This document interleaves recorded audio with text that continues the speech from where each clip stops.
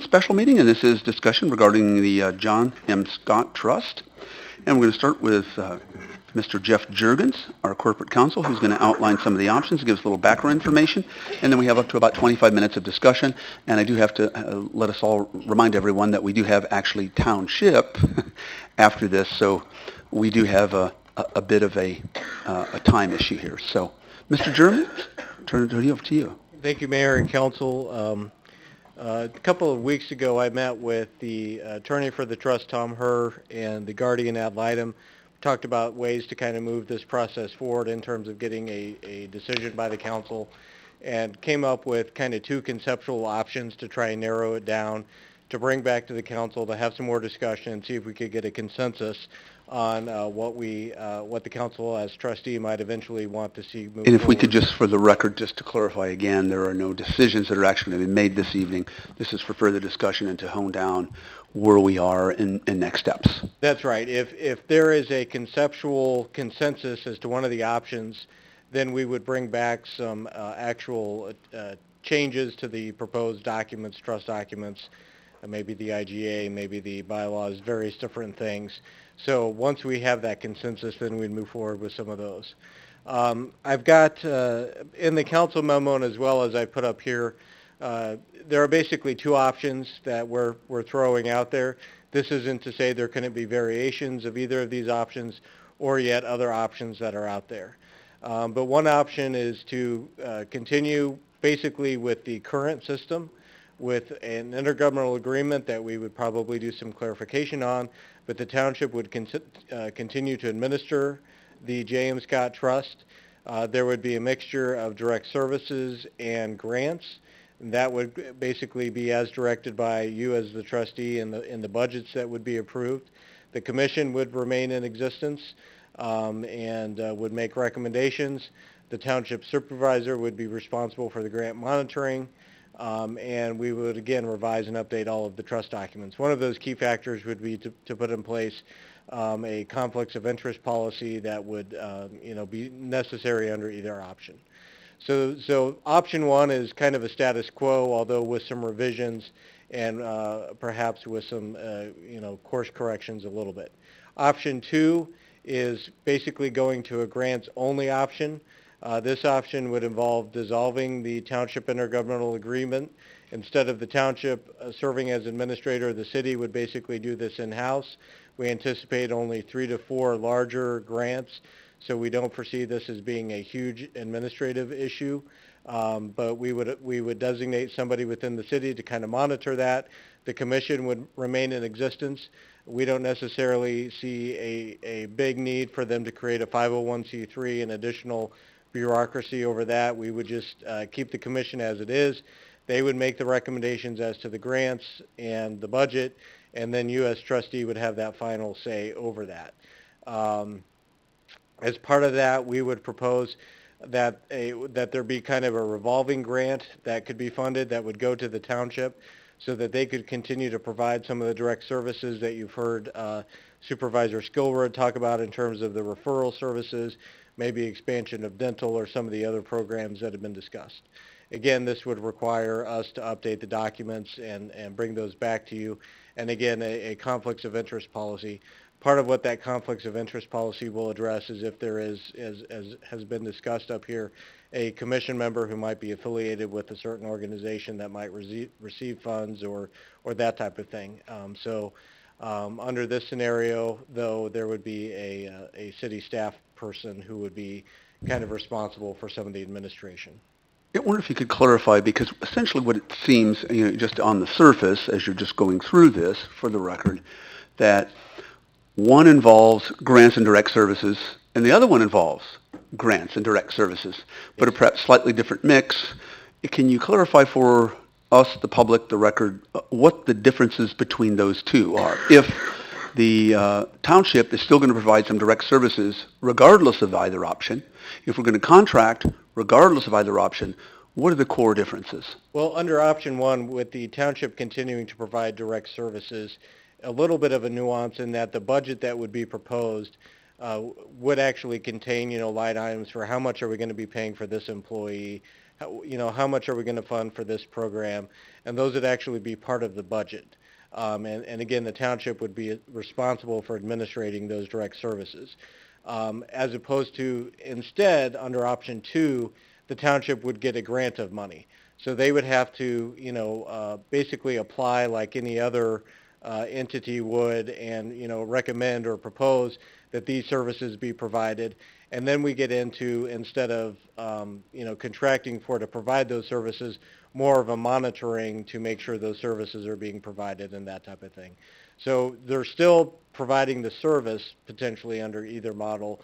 It's just whether they're providing it because they're receiving a grant money for that service and we're monitoring that, or that's just part of the money that's, going from the J.M. Scott Trust. So you can also look at these two options as either option 1, the township is still very involved in the administration of the trust. Option 2, the township is not involved in the administration of the trust. Okay. Any other questions We for me? begin to have some questions. I guess the one question that is at 1,000 feet is that since none of us have any real idea what healthcare policy administration is going to be like a year from now, 2 years from now, 3 years from now, 4 years from now, why reinvent the wheel now? And that would be one of my questions, as we're going forward, since this may very well be a work in progress no matter what we do. Alderwoman, at this point, we're at Alderwoman's thing. Yeah, right. A response first to you, Mayor. It seems to me that we ran this without the township for probably decades. Mm-hmm.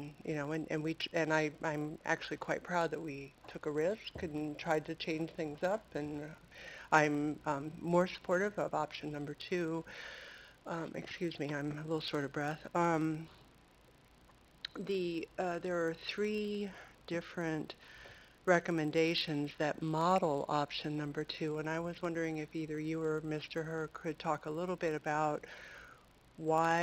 more about why not create a 501c3. That was something that I think that was a theme we saw through various recommendations. And I can give my answer to that, and others may propose that or agree or disagree.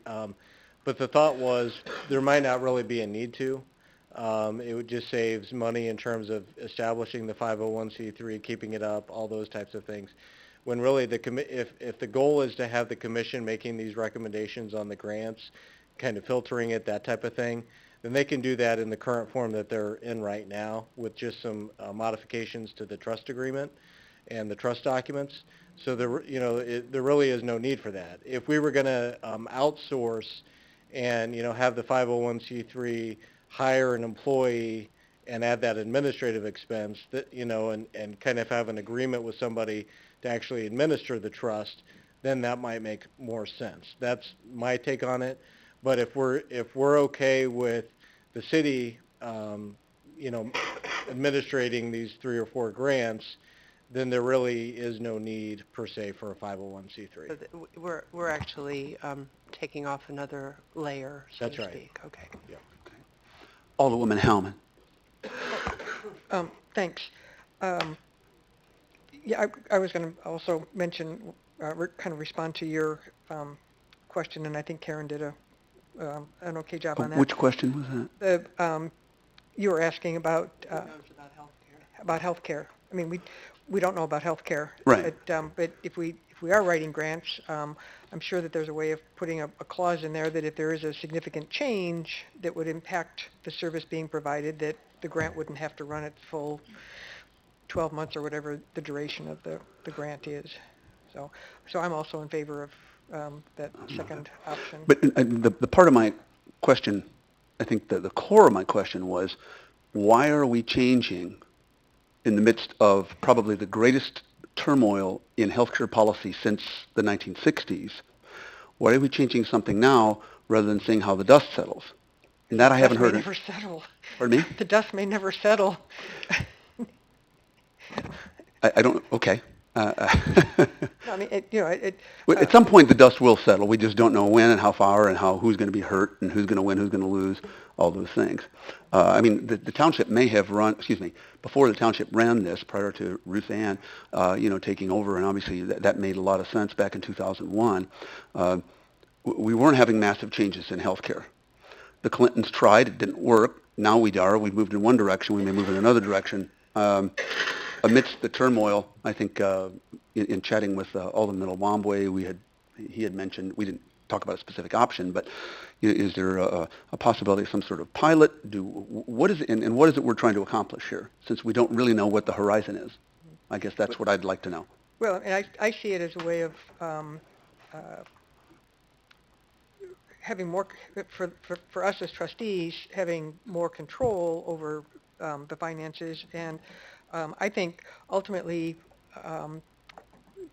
being better stewards of Judge Scott's money.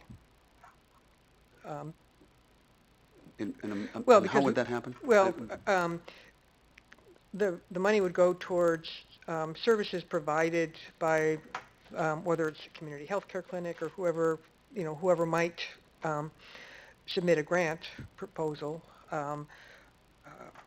We would still be the oversight on that, so that we don't lose But control. that's with either option, right? Yeah, but we would have more. I think we would have more direct oversight on option 2 than option 1. Not that we couldn't on option 1, we just haven't in the past, or at least while I've been here. Right. Okay. Alderman Black. Thank you, Jeff. So I guess from where I sit, I know we've talked about this for a long time, but I'm very sensitive to the fact that this healthcare question continues to be up in the air, and I'd hate for us to make a massive change only to find that it's not going to serve our residents in the best way. But speaking about option 2, can you speak a little bit to how we could rig up a revolving grant to township? Does that mean that it's like a guaranteed amount of money that goes to township each year, or does that mean... I think that's up to you as the trustee. Tom's here too. I mean, I think that's if that's something that the trustee feels is important to provide, and the supervisor articulates, there are these services that, hey, I as the township can provide, and you see those as important, those are just going to be continuing part of the budget. So that can be, those are one of those things where we're going to have to work on the details and bring that back and present that. But based on what we hear, we could do that in a number of ways. Okay. So that makes sense, and thank you. The other piece is that I would still want to see, just when we're still at a very high level, but as we get down in the nitty-gritty, perhaps on option 2, that there is a way for, in writing, that anybody that's affiliated with an organization, because we want to have technical experts, they have to recuse themselves from any vote that goes to an organization they're affiliated with. And that's something we've discussed as well. I mean, that's a key factor for me. And that's either option. Right, but I still think that needs to be in writing and made crystal clear. Not that I'm saying that there'd be something weird going on now, but you never know what the future holds. So I guess, I mean, if you're asking me for my opinion on tonight, and it would be this, that I think I would prefer to avoid any kind of major disruption and changes until we can kind of get a sense of where the overall healthcare industry is going. But if we want to make this change now based on the work that's been done thus far, I think I'd be interested to see what a fleshed out option 2 would be. Okay. Alderwoman Burgess. Yeah, and I think in line with other people, either one of these options I think is going to be an appropriate way to move forward, because both of them accomplish different goals. I certainly think if we end up moving forward on option 2, I would very much like to see that we continue to provide services through the township, of course moving to a more of a grants model, because I think that the one thing we've heard is that we're reaching people directly, and a pool of people that maybe do not get assistance in another way. Although one of the concerns is that pool of people is changing over time, and we need greater flexibility, and we've heard from many that ultimate flexibility will be found through option 2. But again, I don't think we can go wrong in either direction, but regardless of which way we go forward, I would like to maintain a close relationship with the township, because that has been very effective over time. So I have 2 questions. Number 1, Under option 1, the supervisor of the township would remain a non-voting member of the commission. What would happen under option 2? Would the township supervisor continue to be part of the commission? Yes, the township, under option 2, the supervisor would be a voting member of the commission is what would be contemplated. Okay. And the other question I had, both options do call for revise and update the trust documents. Can you just give us a quick overview of problem areas there, or what the goal would be there, and I assume those will come through council at some point in time? Yes, and Tom, do you want to maybe speak on that as to... Sure. We haven't gotten really into the nitty-gritty of the trust changes. Excuse me. The concern that I've had all along has just been the incongruity between the various intergovernmental agreements and the original trust declaration. Just looking at the document itself as to what the John M. Scott Healthcare Program is supposed to provide, I think some of these things, will still apply. Performing limited non-emergency physical assessments for persons who believe themselves to be ill or in need of treatment. I don't know that the township is doing that. If they are, then that could be included in their grant proposal. Transportation, referrals, those are all things that I think the township, has done and may continue to do. Acting as an advocate. So there are things in here that will remain, but it's just the flexibility, I think the eligibility requirements, things of that nature. And honestly, I think it's the commission members who need to give input as to who can be the best recipient of these services and how can they be delivered.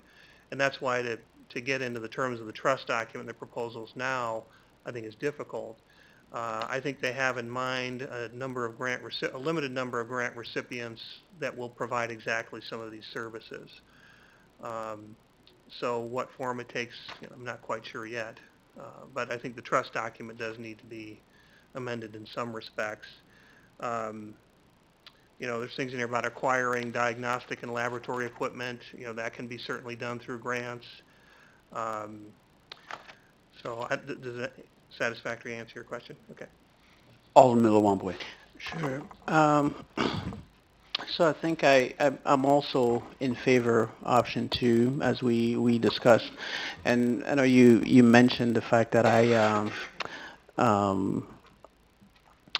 talked about a pilot as a possibility, because I'm always interested in, at least I always want the ability to be able to revert back, to something if it doesn't work. I mean, knowing that not that we're taking a shot in the dark, but we're trying something relatively new. So that's why I mentioned the pilot, and again, I do agree that we have a problem that we're trying to solve, and I just don't have any confidence that the healthcare issue is going to be solved in Washington, D.C. anytime soon. And I'm being optimistic. So I really think we need to move forward. What we had before, I was a little bit unsure initially, but after looking at it closely and having conversations with folks, the fact that, under option 2, there's still an opportunity for the township administrator to be involved through the grant process and providing direct services, I think, made that a little bit more appealing to me. And I want to remind people that we have an intergovernmental agreement that's kind of antiquated. I mean, it was drawn up a long time ago, so this is, it's a good time to try to revise that. What I didn't really care for in this process is that it just seems to me that we are the elected officials, but then we put another elected official in between. And to me, that configuration and the lack of clarity as to what the commission is supposed to do, so the township supervisor proposes a budget and the commission is involved, and that's just not very clear. So I think we could use a little bit more clarification, not only on that, but also on some of the administrative issues that I have noticed. For example, I was asking about um, um, the expense for marketing. How is it possible for someone to and not saying anything bad, but to be able to to pay for something and others not be informed about it for the commission, for example. I think we need to take a closer look in establishing, more controls, so that we have a better way forward, in my opinion. So option 2 is what I would go with.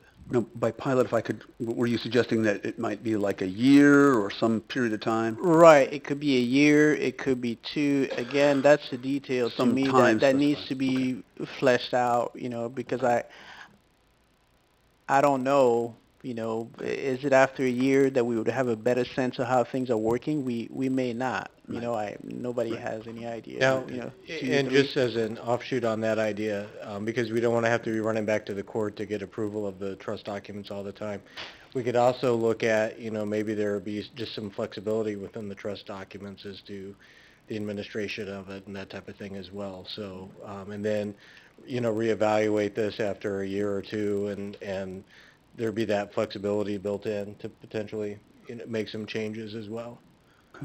Okay. Alderman Sage and then Painter. Thank you. And Jeff, I don't know if you'd be the one or the other attorney, but the, I seem to recall, and I want to make sure I understand, for the majority of the life of the Scott Commission, wasn't option 2 more the way that it worked? Well, we have Ruth Ann Secor here. Probably knows more than anyone.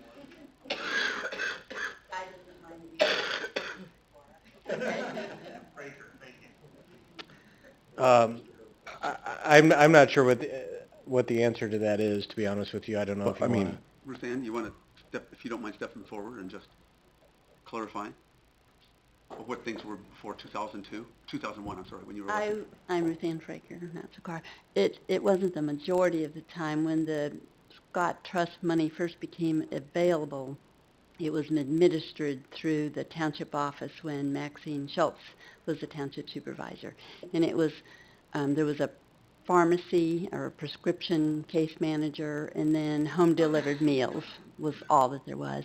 And then eventually they were asked to move to City Hall. She wasn't interested in doing it, so the John M. Scott Health Resource Center was opened, and Marianne Erickson started in that position. And then it became, persons came in to apply for services, so it really wasn't a grants only. Very rarely was it a grants only. But there has been a time where the Scott Commission administered the grants. I never really called it grants that were administered. At the end of the fiscal year, if the all of the money that was budgeted for programs had not been expended, the goal of the Scott Trust is get the money out into the community to be used. It's not to be kept, it's to get out. It's part of what the trust document says. And so the Scott Commission I would talk with the Scott Commission about how much was projected to be left. They would talk amongst themselves. They represent medical, dental, pharmacy, vision, all the disciplines, United Way, to say how can we put this money out into the community rather than not spend our budget. And so money would be given to the community health care clinic, to the dental program at the health department. It wasn't really a grant.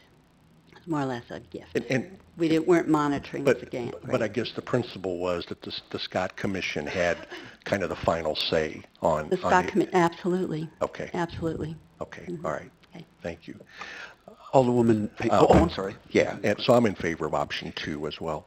Okay. Alderwoman Painter. I'm in favor of option 2. As I said before, I think that the people who are the experts in the medical field should be the ones calling the shot on this one.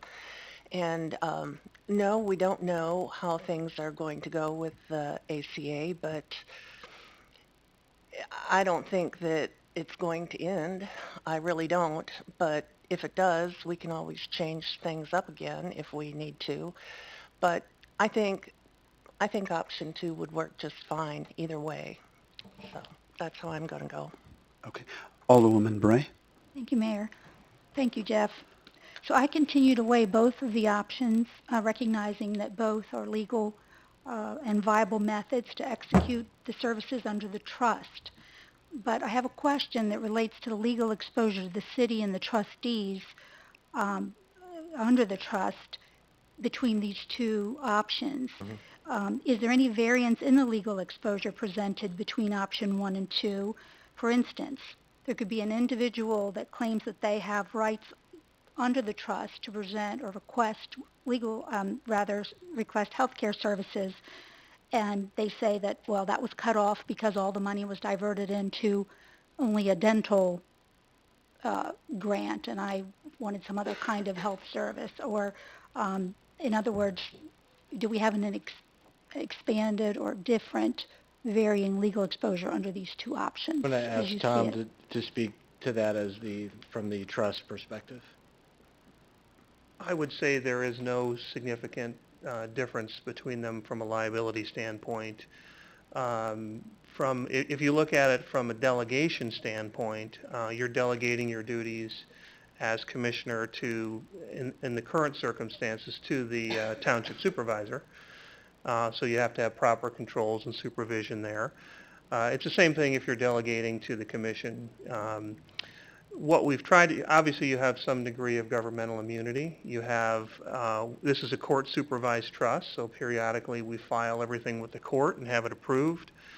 And I think generally what my thoughts have been since I've been involved in this is to have some type of better reporting system where the court report and or annual report or semi-annual report to the city as trustee would kind of be one and the same. There'd be more uniformity. And by getting the protection and the approval of the court, I think your liability is limited. I don't see third-party liability, somebody objecting. I think those cases would be pretty rare. So I don't see a big concern with liability with option 2. You don't see the possibility of an emergence of a class following some of the changes that are happening at national Well, as a level? lawyer, anything's possible because I know other lawyers, but I think it's unlikely that somebody would have standing to sue, especially something that's approved by the court. It's within the original, and that's why we would have whatever structure is in place. We would have it approved by the court. Thank you. Alderwoman Hellman?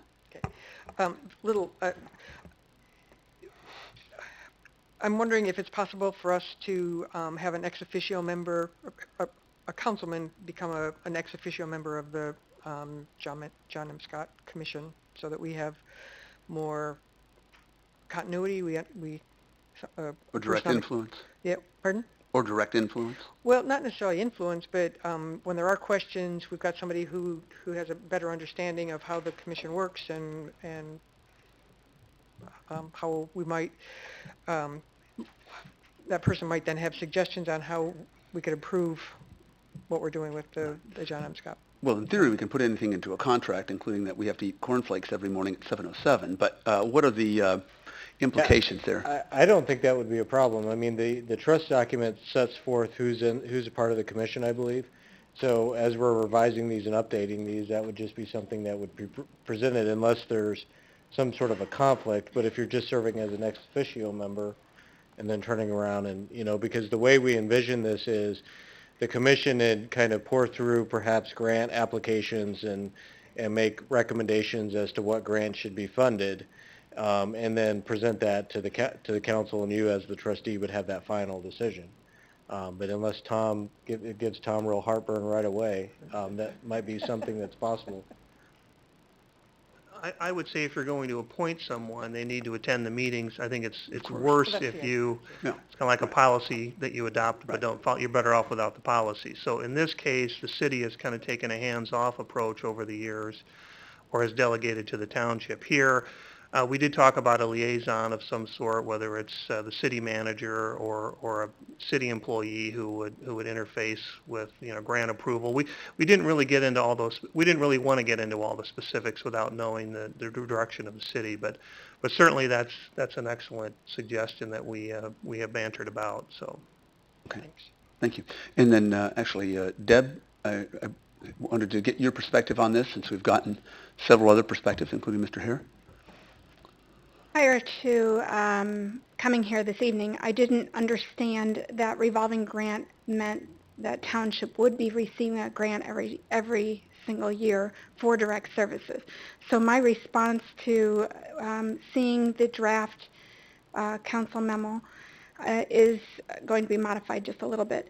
But the most important thing that I want you to consider here is that direct services should be provided some way or another, in that the unmet needs of the community are able to be reviewed, or at least an entry point to the system is there for them to come to. We currently, every day, see those individuals come, or phone calls from our agencies call and say, can you help this person? So we have fabulous relationships and referrals from these agencies, but there are times where we have to say no because of this or because of that. So there needs to be an opening for those individuals to be able to come to try to get these services. We don't have that in our community, and that's what John M. Scott is about, is to be able to adapt to those changes, especially with affordable health care being changed and the major changes to the Medicaid being considered. We have to make sure that we can overcome their unmet needs by having that entry point. So when it means revolving grant to township to provide direct services, I'd like to see you as councilmen and women that you consider this to be a definite. That is the only way we're going to be able to meet those immediate needs, the immediate individualized stopgap needs that exist with these individuals, is John M. Scott. That's what he intended it for that to be. That's why I believe that that's so important, because what we're trying to do is meet those needs at an entry point. That does not exist today. That doesn't exist in any one agency. Any of the referring agencies we see does not solve everything, or most of, even does not show completely or help completely any one individual. For instance, transportation, we want to do, and it's meant for us to do this immediate gap and then move to a long-term situation with other agencies. That means the agencies are meeting the needs. It's the unmet needs we need to work toward. Township, I feel, township is better served, the city township better serves because we have the experience and the expertise. We met the demand of administrative costs being reduced in 2017. Our costs are going to be single-digit administrative costs in fiscal year 2018. We have already in place the ability to serve the clients for their medical needs, their general assistance needs. It's all one and the same with us. The mission's the same. We're positioned to make any adjustments both in direct services and grants. We're doing the grants now, and we continue to, as part of the Scott Commission, it's always been to have the Scott Commission recommendation approval of the budget. This last year, it went a little late because of all the things that we've been going through with the changes, and I apologize for that. But every year that recommendation is presented to the Scott Commission. They have a say in this, everyone. And that should include, in terms of the township supervisor being a non-voting member, I don't have that problem with option one at all. I want to see that the direct services are maintained for these individuals so that unmet needs are there being presented to the Scott Commission for decision making. I wonder if you could hang on for just a second, too. Sure. If I could ask again, what is the problem we're trying to solve with this change? I'm still not concerned, still not clear about that. Alderwoman Schmidt. So some of the things that I think that this solves are providing more dollars directly to clientele, having greater flexibility to actually address some of the volatility of the healthcare system right now, putting direct decision-making into the hands of the commissioners who come specifically from various seats within our healthcare community, and basically streamlining any kind of bureaucratic layers or different hierarchical layers. So it seems... two is more streamlined than one? Yes. Yes, I think it's very direct. And I understand what you're saying about the volatility of the Affordable Care Act and whatever right now, but I actually think option 2 provides all of us with that, all of the commissioners in particular, with the opportunity to, they're the ones who have their hands on the pulse out of everybody who's sitting in this room, actually. So that I think that we're removing the administrative costs and the administrative layer and getting directly to what I think the Scott Trust, the heart of and the values of the Scott Trust are. So we think that more money will go to the people under option 2? That's been stated. Oh, no, it's been stated, but I don't know. But we've heard it from the Bronner Consulting Report. We've heard it from the John M. Scott Commission report, and we've seen it in Mr. Herr's document as well. So, I mean, I think that's been a concept that's been widely embraced. Yeah, I mean, I understand from, at least empirically from my perspective, I do understand that the Braun report is, and Mr. Herr, with all due respect, I think you've been the attorney of the commission rather than the trust, because you, I think, essentially have you talked to us in the same way? I don't think so. So, I mean, that's the concern that I have. And so that doesn't mean that this isn't a good option. But as I look at the evidence, those are the things that concern me. I don't know whether or not grants only is better or not. That's really not the issue. My issue is, my concern is just the process here. And that is what we're going to be doing. If township is anything, they're the person who's supposed to, or the focal point, I think, that's supposed to be able to decide where to direct people. And the specialists, certainly nobody knows more than the specialists. There's no question about that, about their area. But I think, as I see it in terms of service delivery, that's my concern. And I know what you would say, Deb, Mr. Harris, since I've mentioned, is there, what's the response to that? I mean, how would, in a sense, a feudal system be better than a centralized system? Or is it not a feudal system? Is that unfair? Yeah. You're trying to ask political questions versus legal questions, question here, which is way out of my parameter. So, well, I mean, that's what I'm seeing. So what I tried to do in my original involvement is I was asked to come to a strategic planning meeting for the commission. First time I'd ever met the commission members. First time I had ever had any experience with them at all. And during that meeting, we had a lot of discussions about what direction to go, and of course, Deb was part of that meeting as well. So I made a lot of recommendations off the cuff, and they asked me to reduce that to writing, which I did, and that was the memo that kind of started this, some of this discussion. But prior to that, the commission members had gone through a strategic planning process, and which was very detailed and fairly comprehensive. From there, it took on the city council got involved, and they made the recommendation to hire the Bronner Group, which they did. So you're correct. I have tried to walk a fine line between who my client is. My client is the trust as a whole. And when you have in any entity differences of opinion, well, I try not to take sides. But ultimately, I took a recommendation early in this process, and I stand by that recommendation. I don't think the federal government is going to solve health care. I don't think the state of Illinois is going to solve health care. Well, we know that. With all due respect to the council, I don't think the council is. Right. So we're trying to utilize this trust for the best possible use in accordance with the testator's original intention. Obviously, that changes over time. And so this isn't the first time the trust has gone through this. Right. But it's a situation where it hasn't worked for a while because of various dynamics. The principal one being changes in healthcare. So, so again, I stand by my original recommendations, which are to the council as trustee as well as the commission members. Okay.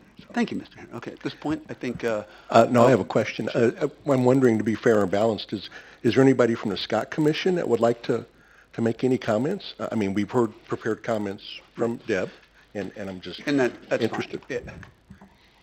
And is the mayor supposed to be in control? I'm Donna I agree. Hartwig, and I'm vice chair. Sue asked me to speak since she's done it the last few times. So I think the major assumption here, and I appreciate your comment, Mayor Renner, is that none of us knows what's going to happen with health care. And I'm old enough that I was a nurse before Medicare, and I've seen all the changes that have occurred over 50 years. You started when you were 5 as a nurse? Right, in that arena. So that is one of the important assumptions that we're making. And one of the things that has impressed me about the trust, about the commission, is that it's been flexible over time to adjust to those changes. And for example, when Ruth Ann Sikora Fraker was leading the group, we had lots of services being delivered through John M. Scott. We had lots of prescriptions going out. We had nurses employed there, okay? Then in the early 90s, the two hospitals plus the Medical Society came together and created this fabulous community health care clinic. And so no longer did we need the services of John M. Scott because we had this very sophisticated system that was serving lots more patients who were met the same eligibility criteria of what Scott was doing, in terms of their eligibility as citizens, et cetera. And so over time, what we've seen is, you asked the question, what's the driving force here? We have seen this burgeoning number of services in this community, whether it's transportation, whether it's the clinic, whether it's people providing dental, you name it. We've seen this, and we distributed that list to all of you. So you have us serving maybe 40 households a year, and you have the clinic serving thousands, if you will. Transportation through Faith in Action, they have hundreds of volunteers. We have 9 or 13, something like that. And they're providing a very sophisticated service for a certain population, not the only population we do. So there are lots of services that have been created. The other thing is that one of the things that costs money is to screen people. And one of the things we used to do between the clinic and Scott is that if you qualified for one, since it's the same eligibility, you didn't have to go through a referral process. And we find that it takes, as Ms. Gilbert has said, a lot of time to assess whether someone meets our criteria, okay? So you have people, whether they're going to the cancer center or whatever, that are going through multiple screenings. And it's just a way of streamlining the administration for referrals to make this much simpler. The proposal that we had, and that you received that document from the commission in December or January, where we propose a grants-only program. And we believe that we can double the amount of money going to established services in this community. Okay, not doubling. This year it was $177,500 of grants that we provided to entities in this community. We believe that with our typical budget of about $400,000 or a little less, we can double that to existing services. Our model that we are proposing, which is just one model, it could be done many different ways, is that we would have priority grants. The priority grants would be determined based on the collective assessment in this community by the two hospitals United Way, and the Health Department. They have now joined together on their assessments. So we would find out from them, and they do a 3-year cycle now. This just began this past year. And we would identify priority grants that perhaps could go for 3 years, that were either mental health or oral health or whatever they identified. Then we would have sustaining grants for those services that are sort of doing what Scott used to do. For example, the clinic, Center for Human Services, that provide lots of very important service, and they already are screening. They already have sophisticated services there. And then finally, have a contingency grant that could meet the needs that are sudden, if you will. So every year you'd have a budget for contingency grants. So for example, we just gave a grant to the Medivan project, because this is a huge issue in our community this year. They needed money. The hospitals are giving money. State Farm's giving money. We gave money. It's a need, a very emergency need. So we'd have this system that would be very sophisticated, working with everyone in the community, lots of collaboration, and give out twice as much money. So that, and as someone said, if healthcare changes, and we need to change eligibility or whatever, no, you're the ones in charge. We could make recommendations and change the system. So it seems to me that this is an opportunity to actually meet one of your objectives, strategic objectives as a city, to be efficient, to deliver the best services to the most people. Thank you very much. I appreciate that. So I think at this point, what we, in terms of our direction, because we're well over time, and I thank you, Donna, is that it seems like we have support for option 2. What we conceivably can do is maybe have one that has a year or 2 time limit on it and one that doesn't, and present both options to the council moving forward. And then we can, I think that's the direction that I think we can reasonably convey. Alderman Sage, and this is going to have to be real quick, sorry. Yeah, I guess I'd rather, hear suggestions coming back from the Scott Commission on some time box. I mean, that wasn't part of the options that were presented. And again, we're either going to trust the commission to be able to properly administer the trust. And I don't want to artificially put some time limit on it. I mean, if it's 1 year, 2 years, I mean, whatever it is, I guess I didn't hear widespread. I mean, if you want to poll the council and the council I wasn't decides saying they that want was to the only time one. I box said that, we did have excuse some. me, I wasn't done talking. Mm-hmm. If you want to poll the council and see if there is majority support to add a time box, then that might be an option. But I didn't hear necessarily widespread support for including a time boxed option. We didn't have time for that part of that discussion. There were a couple that suggested perhaps, and so what I said was there were 2 possible options. If the council isn't interested, then they're uninterested. At this point, we really don't have time to continue this discussion. So I think we're going to have to take that feedback moving forward.